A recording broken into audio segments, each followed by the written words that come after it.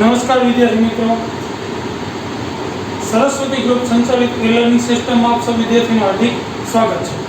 ધોરણ 11 નામના મૂળ તત્વો, આપણા વિષય કોડ છે 154. લાસ્ટ લેક્ચરમાં મિત્રો આપણે છે એ ખાતું એટલે શું અને તેના પ્રકારો વિશે ચર્ચા કરી દીધી. હવે ફરીથી રિવાઇઝ કરી જોઈએ. ખાતું એટલે શું? તો કે હિસાબી સમયગાળા દરમિયાન કોઈ એક બાબત સાથે સંકળાયેલા તમામ વ્યવહારોને કોઈ એક જગ્યાએ નિશ્ચિત નમૂનામાં નામાના નિયમ મુજબ ઉધારાને જમા દર્શાવતું તારણ એટલે ખાતું. દરેક ખાતા છે એના નિયમો છે. એ નિયમો અને સિદ્ધાંતોને આધારે ઉધાર જમા કરવામાં આવે છે. માટે એને સામાજિક વિજ્ઞાન કીધું. એના પ્રકારો જોઈ ગયા હતા આપણે. મુખ્ય કેટલા પ્રકાર? તો કે 2. વ્યક્તિના ખાતા અને બિન વ્યક્તિના. કુલ કેટલા પ્રકાર? 3.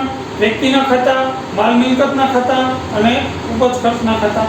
વ્યક્તિમાં પાછા 2 પેટા પ્રકાર જોયા હતા, કુદરતી અને કૃત્રિમ. માલ મિલકતમાં માલ અને મિલકત, ઉપજ ખર્ચમાં ઉપજ અને ખર્ચ. હવે આપણે છે એ પ્રમાણે એને ડિવાઈડ કરવાના છે, વર્ગીકરણ કરવાનું છે. તો એના માટેનું છે આપણે ઉદાહરણ જોશું. ઉદાહરણ નંબર 4 જે તમારી ચોપડીના પેજ નંબર 33 પર આપેલું છે. ઘડી જોઈએ. ઉદાહરણ નંબર 4 પેજ નંબર 33. રેડી? તમારે ચોપડી સામે રાખવાની છે અને જોતું જવાનું છે. હવે આપણે આની પહેલા લેક્ચરમાં કીધું હતું કે આપણને છે માત્ર ખાતાનું નામ આપેલું હશે, એમાંથી આપણે વર્ગીકરણ કરવાનું કે 3 પ્રકાર છે, વ્યક્તિ, માલ મિલકત ને ઉપજ.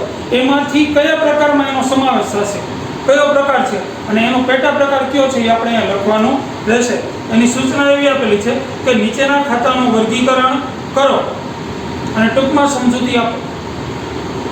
તો આપણે તમારે છે પેલા ચોપડામાં લખવાનું રહેશે. ઉદાહરણ નંબર 4 પેજ નંબર 33 નીચેની સૂચના લખવાની. પછી તો કે છે તમારે ફોર્મેટ તૈયાર કરવાનું રહેશે. આ પ્રમાણે પહેલો આવશે ક્રમ, જે તમારા હાંસિયામાં ક્રમ આવી જશે. પછી આવશે ખાતાનું નામ,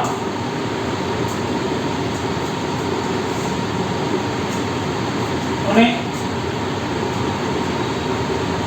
ખાતાનો પ્રકાર. આવી રીતના છે તો તમારે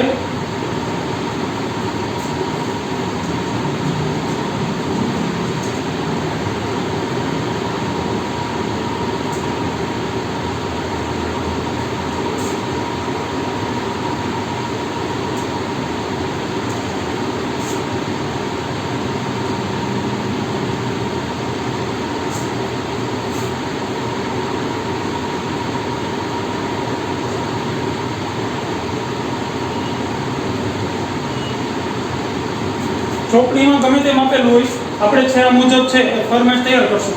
હવે તો કે 1 બાય 1 છે એ જોતા જશું અને એનો સમાવેશ કેમાં થાય છે એ બાજુમાં લખતા જશું. પહેલું જ આપેલું છે નવજીવન કોમર્સ કોલેજનું ખાતું.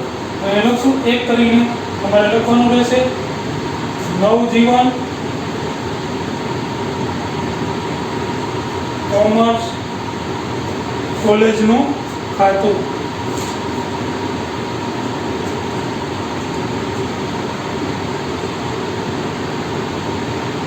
હવે જોજો, નવજીવન કોમર્સ કોલેજ. રેડી? કોલેજનું નામ છે. પહેલા તો એનો સમાવેશ શેમાં થાય? તો કે વ્યક્તિ ખાતામાં થશે. તો બાજુમાં આપણે ખાતાના પ્રકારમાં લખશું વ્યક્તિનું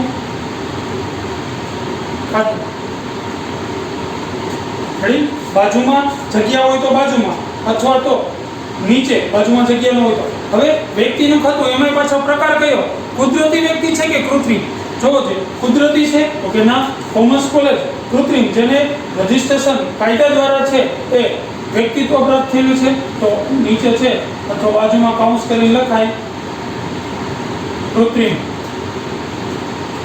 ઘડી બાજુમાં જગ્યા હોય તો બાજુમાં, અથવા તો નીચે પણ લખી શકો. અને જે અહીંયા લખશો કાઉન્સમાં એ તમારે કલર પેનથી લખવાનું રહેશે. ઓકે? ત્યાર પછી બીજું જોઈએ ઉપાડ ખાતું. જો ઉપાડ કોણ કરે? મૂડી માલિક લઈ આવે, ઉપાડ એ માલિક કરે. એ વ્યક્તિ જોઈ અને કેવો વ્યક્તિ હોય? જીવન. તો 2 કરીને લખશો. અહીંયા છે એનો પ્રકાર છે, નામ લખતો નથી, જે તમારી ચોપડીમાં આપેલા છે તમારે જોઈને લખવાના રહેશે. તો બીજામાં શું આવશે? અહીં લખશો વ્યક્તિનું ખાતું, અને એ કેવો વ્યક્તિ છે તો કે કુદરતી, માલિક હંમેશા કુદરતી કોઈ જીવંત વ્યક્તિ જોઈએ. ત્યાર પછી ત્રીજું આપેલું છે રોકડ ખાતું. રોકડ જો આપણા માટે મિલકત કહેવાય. ખરી રોકડ એટલે માલ મિલકતના ખાતામાં આવશે અને આપણા માટે મિલકત આ લખશું માલ મિલકતનું ખાતું. માલ મિલકતનું ખાતું એમાંય પાછો માલ કે મિલકત તો કે મિલકત અહીં લખશું મિલકત. ખરી એવી રીતના ચોથું 4 આપેલું છે ધર્માદા ખાતું.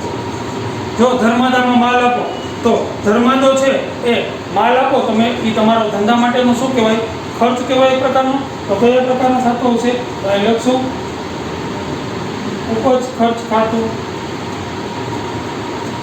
એમાંય ધર્માદો કરો એ આપણા માટે શું થયો તો કે ધંધા માટે ખર્ચ થયો, ધર્માદા ખર્ચ. રેડી. ત્યાર પછી આપેલું છે 5મું યંત્ર ખાતું. યંત્ર આપણા માટે મિલકત કહેવાય. રેડી. તો અહીં લખશું માલ મિલકત ખાતું.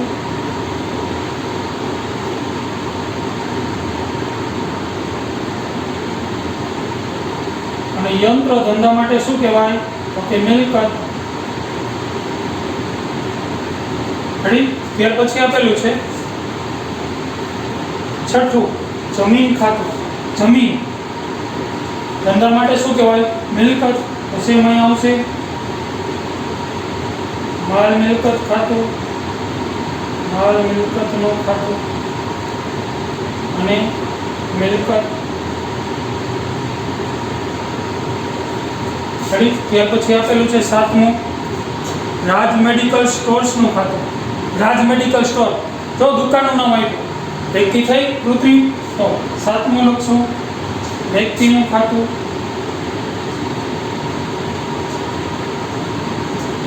અને દુકાનનું નામ છે એટલે કેવી વ્યક્તિ કહેવાય તો કે કૃત્રિમ.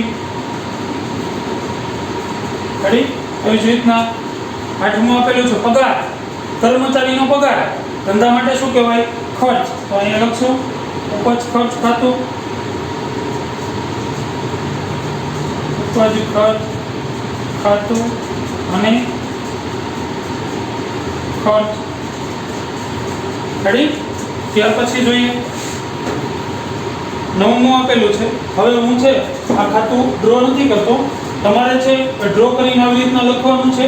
આ લખાઈ જાય આટલું પછી એક લીટી છોડી દેવાની, પછી બીજું લખવાનું, પછી લખાઈ જાય પછી એક લીટી છોડવાની. રેડી. એટલે છે વ્યવસ્થિત લાગે. ત્યાર પછી 9મું જોઈએ આવક માલ ગાડા ભાડા ખાતું. જો આવક માલ ગાડા ભાડું આપણે માલ ખરીદીને લઈ આવી ત્યારે આપણા ધંધા સુધી જે કંઈ વાહનમાં લઈ આવીને ભાડું આપવાનું થાય તે આપણા માટે ખર્ચ કહેવાય. તો અહીંયા લખશું 9મું 9 ઉપજ ખર્ચ ખાતું અને ધંધા માટે ખર્ચ. રેડી. ત્યાર પછી આપેલું છે 10મું ફર્નિચરનું ખાતું. અહીં લખશું 10મું ફર્નિચર ધંધા માટે મિલકત કહેવાય. તો અહીં લખશું માલ મિલકત ખાતું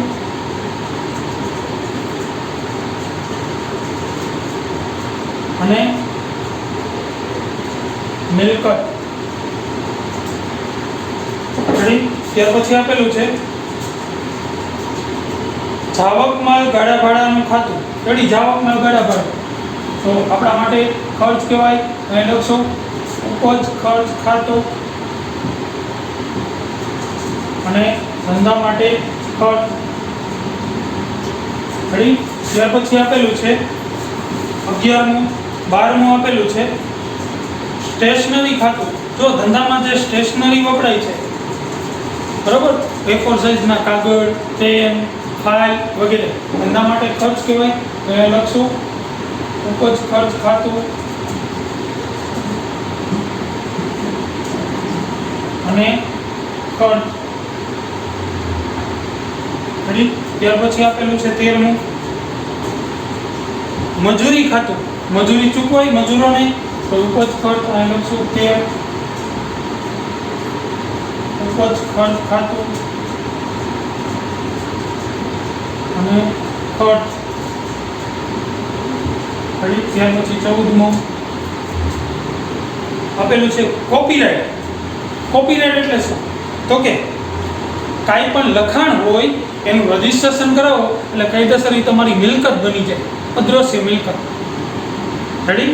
લેખકો છે કોઈ પોતાનું મટીરિયલ લખી અને એની બુક બનાવે એટલે એનો કોપીરાઇટ લઈ ગયો, એટલે કે એ કોઈ ઝેરોક્સ કરીને વેચી ન શકે, પહેલાં મંજૂરી લેવી પડે. તો ધંધા માટે એ મિલકત કહેવાય. તો માલ મિલકતનું ખાતું લખશું, માલ મિલકતનું ખાતું અને મિલકત. રેડી? ત્યાર પછી આપેલું છે મળેલ વ્યાજનું ખાતું. જો મળેલ આવક થઈ હોય તો અહીં લખશું 15મું ઉપજ ખર્ચનું ખાતું અને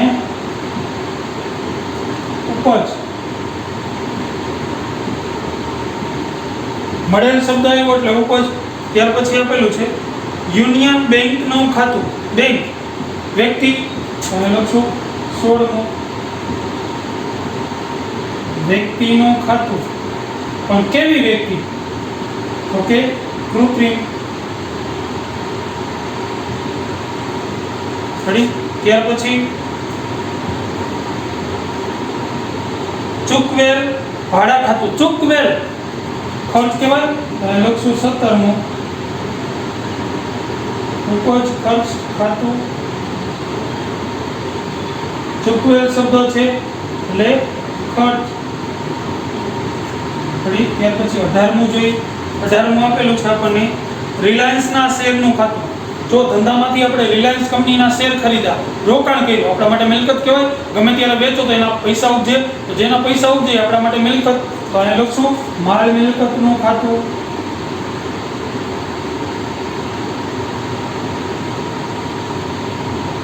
અને મિલકત.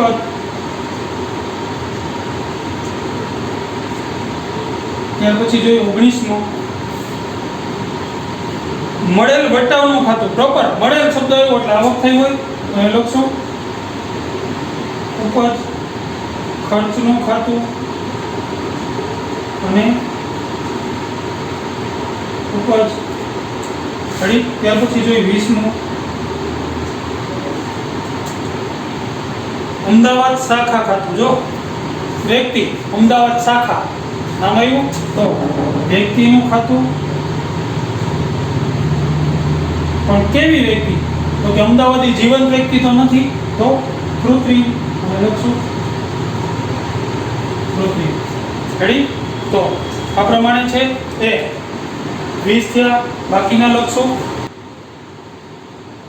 21મું આપણને આપેલું છે 21મું ઘાલખાતનું ખાતું. ઘાલખાત એટલે શું? આપણે જેની પાસે પૈસા લેવાના છે આપણને ન આપે તો એ ઘાલખાત કહેવાય. તો આપણને ન આપે તો આપણા ધંધા માટે શું થયો? ખર્ચ થયો. લખશું ઉપજ ખર્ચનું ખાતું અને ખર્ચ. રેડી? ત્યાર પછી જોઈએ 22મું કર્ણાવતી ક્લબ. તો નામ આપ્યું વ્યક્તિનું. અહીં લખશું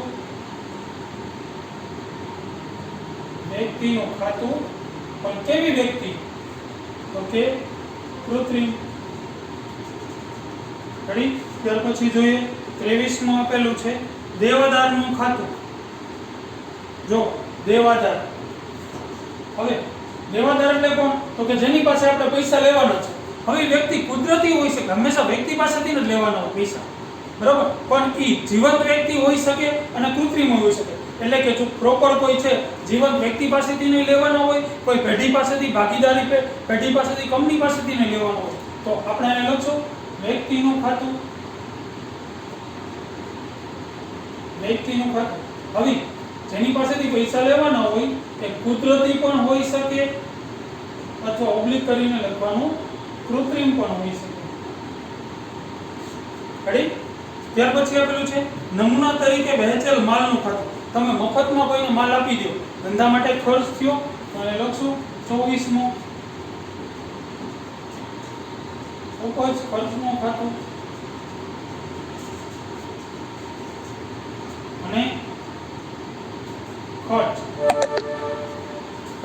ત્યાર પછી આપેલું છે 25મું લેણદારો.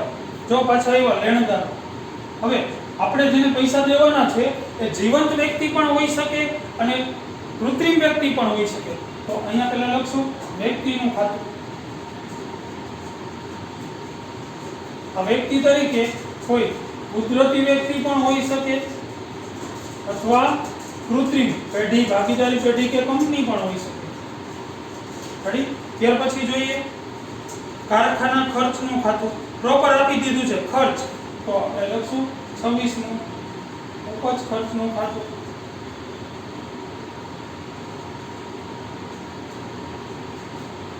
અને ખર્ચ.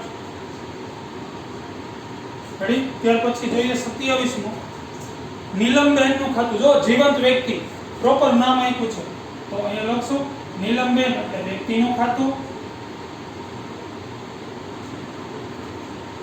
અને કુદરતી વ્યક્તિ. રેડી? ત્યાર પછી આપેલું છે ઘસારા ખાતું. ઘસારો એટલે શું? મિલકતની કિંમત ઘટે એને ઘસારો કહેવાય. તો આપણા માટે તો નુકસાન થયું, તો અહીંયા લખશું 28મું ઉપજ ખર્ચ ખાતું અને ખર્ચ.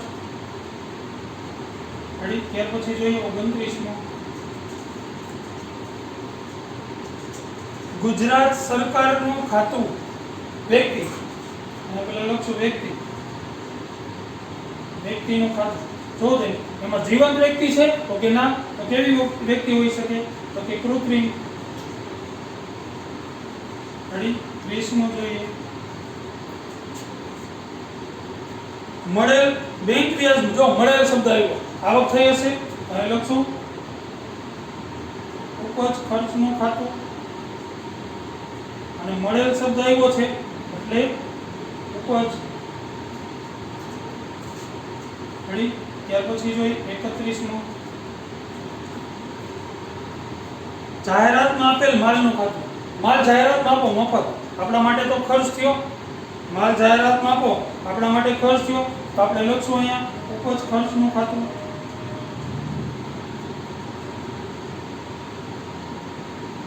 અને ખર્ચ. રેડી? ત્યાર પછી જોઈએ 32મું મળેલ ડિવિડન્ડ ખાતું. ડિવિડન્ડ એટલે શું? આપણે કોઈ કંપનીના શેર ખરીદેલા છે અને એ કંપની વાર્ષિક હિસાબો કરે, નફો થાય એટલે શેર હોલ્ડરોને આપે એટલે આપણને મળશે. તો અહીંયા લખશું આવક થઈ ઉપજ ખર્ચ ખાતું અને મળેલ શબ્દ છે એટલે ઉપજ. રેડી? ત્યાર પછી જોઈએ 33મું આપણે આપેલું છે મળેલ કમિશન ખાતું. જો આવક થઈ તો અહીંયા લખશું 33મું ઉપજ ખર્ચનું ખાતું અને ઉપજ. રેડી? કારણ કે મળેલ કમિશન. ત્યાર પછી આપેલું છે પાઘડી. પાઘડી એટલે શું? તો કે ધંધાએ જે પોતાનો સમયગાળો વિતાવેલો છે એને કારણે જેના ગ્રાહકો એને મેળવેલા છે, કાયમી ગ્રાહકો, એને કારણે એની નફો કમાવાની ક્ષમતા વધુ છે, એને કહેવાય પાઘડી. જે આપણે 12મામાં છે ડિટેલમાં જોશું અથવા આગળના ચેપ્ટરમાં આવશે ત્યારે ડિટેલમાં જશું. અત્યારે પાઘડી એક પ્રકારની મિલકત છે, તો અહીંયા લખશું માલ મિલકત ખાતું. માલ મિલકતનું ખાતું અને ધંધા માટે મિલકત. રેડી? જોઈએ 35મું આપેલ કમિશન ખાતું.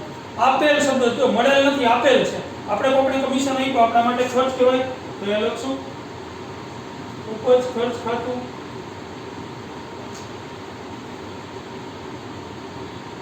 અને ખર્ચ. રેડી? ત્યાર પછી જોઈએ 36મું ખાતાનો પ્રકાર આપેલો છે લેણી ઊંડી ખાતું. જો લેણી ઊંડી. હવે લેણી ઊંડી એટલે શું? લેણી ઊંડી આપણે જેની પાસેથી પૈસા લેવાના છે એ વ્યક્તિને છે આપણે ચિઠ્ઠી લખી કે ભાઈ તારે આટલા પૈસા આપવાના છે અને તારે આટલી તારીખે તું મારી પાસેથી માલ લઈ ગયો તો એના પૈસા હવે આટલી તારીખે તારે મને આપવાના છે. આ યાદ કરાવવા માટે જે ચિઠ્ઠી લખવામાં આવે એને કહેવાય લેણી ઊંડી. એટલે આપણે ચિઠ્ઠી લખશું, એ વ્યક્તિ સ્વીકારશે, એમાં સહી કરશે, આપણને રિટર્ન કરશે. લેણી ઊંડી હંમેશા પરત આવે પાછી આપણી પાસે. એમાં લખે કે હું આ દિવસે આ રીતના પૈસા આપીશ. રેડી? તો એ લેણી ઊંડી. સામેનો વ્યક્તિ છે એ જીવંત પણ હોઈ શકે અને કૃત્રિમ પણ હોઈ શકે. અને આમ જોઈએ તો લેણી ઊંડી એક પ્રકારનું લેણું પણ કહેવાય. રેડી? પણ આને આપણે લખશું વ્યક્તિનું ખાતું. અને વ્યક્તિ તરીકે છે એ કુદરતી પણ હોઈ શકે અને કૃત્રિમ પણ હોઈ શકે. આપણે જીવંત વ્યક્તિ પાસેથી પૈસા લેવાના હોઈ શકે અથવા કોઈ પેઢી કે કંપની પાસેથી પણ હોઈ શકે. ત્યાર પછી આપેલું છે આપેલ વટાવનું ખાતું. આપણે કોઈને વટાવ આપીએ, બરાબર, ડિસ્કાઉન્ટ આપી, આપણા માટે ખર્ચ કહેવાય. અહીં લખશું ઉપજ ખર્ચનું ખાતું અને ખર્ચ. ત્યાર પછી છે 38 નું સ્ટોકનું ખાતું. સ્ટોક, આપણી પાસે માલ પડ્યો છે. રેડી? આપણા માટે મિલકત કહેવાય. અહીં લખશું માલ મિલકતનું ખાતું અને મિલકત. રેડી? ત્યાર પછી આપેલું છે મૂડી. મૂડી હંમેશા કોણ લઈ આવે? તો કે ધંધાનો માલિક. ધંધાનો માલિક હંમેશા જીવંત હોય, તો અહીંયા લખશું વ્યક્તિનું ખાતું. અને વ્યક્તિ કેવી હોય? હંમેશા કુદરતી. રેડી? અને 40મું જોયું ખરીદ ખાતું. ખરીદી શેની થાય? ખરીદ, વેચાણ, ખરીદ પરત કે વેચાણ પરત આવે એટલે હંમેશા માલ જ આવે. આ ચાર શબ્દનો ઉપયોગ થાય એટલે માલ જ આવે. ખરીદી, વેચાણ, ખરીદ પરત ને વેચાણ પરત. તો અહીંયા લખશું માલ મિલકતનું ખાતું અને માલ. રેડી? તો આ પ્રમાણે છે એ ખાતાના નામ ઉપરથી એના પ્રકારોમાં ડિવાઈડ કરવાના છે. એનો પાછો પેટા પ્રકાર પણ લખવાનો છે. તો મિત્રો તમારે છે એ સૌપ્રથમ ઉદાહરણ નંબર 4 પેજ નંબર 33 એની સૂચના તમારી ચોપડીમાં આપેલી છે. પછી આ પ્રમાણે છે ફોર્મેટ તૈયાર કરવાનું છે. હાંસિયામાં ક્રમ આવી જશે. પેજના 2 ભાગ કરી નાખવાના, ખાતાનું નામ ને ખાતાનો પ્રકાર. રેડી? પછી અહીંયા ખાતાનું નામ ચોપડીમાં તમને 40 આપેલા જ છે. એ 40 એ 40 પહેલા લખી નાખવાના છે. પછી એની બાજુમાં જવાબ લખવાનો છે. જે 3 પ્રકારમાંથી જે પ્રકાર આવતો હોય અને એનો પેટો પ્રકાર આવતો હોય એ કૌંસમાં લખવાનો છે. અને કૌંસમાં લખો એ કલર પેનથી લખવાનું છે. ક્લિયર? અને પાછું એક લખાઈ જાય એટલે એક લીટી છોડી દેવાની. પછી બીજું ખાતાનું નામ લખવાનું, સામેનો જવાબ લખવાનો, લીટી છોડી દેવાની. ત્રીજો આવી રીતના 40 એ 40 છે એ તમારે ચોપડામાં લખી લેવાના રહેશે. પછી તો કે આ લખાઈ જાય પછી હોમવર્કમાં તમારે છે એ ઉદાહરણ નંબર 5મું જે તમારી ચોપડીના પેજ નંબર છે એ 36 પર આપેલું છે. રેડી? હોમવર્ક છે એ અહીંયા લખી દઉં છું HW ઉદાહરણ નંબર 5મું પેજ નંબર 33 પર આપેલું છે. જે તમારે છે એ જાતે આ મુજબ છે કરવાનું રહેશે. એમાંય સેમ છે ક્રમ, ખાતાનું નામ ને ખાતાનો પ્રકાર.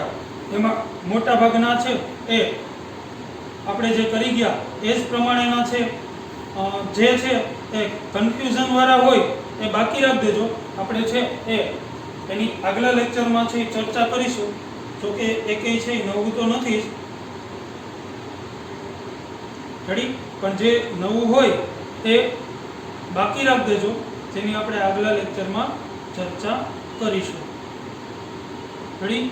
ઓકે મિત્રો, આ તમારે લખી લેવાનું રહેશે. એ લખાઈ જાય પછી એ જ પ્રમાણે છે હોમવર્ક ઉદાહરણ નંબર 5મું છે એ કરી લેવાનું રહેશે.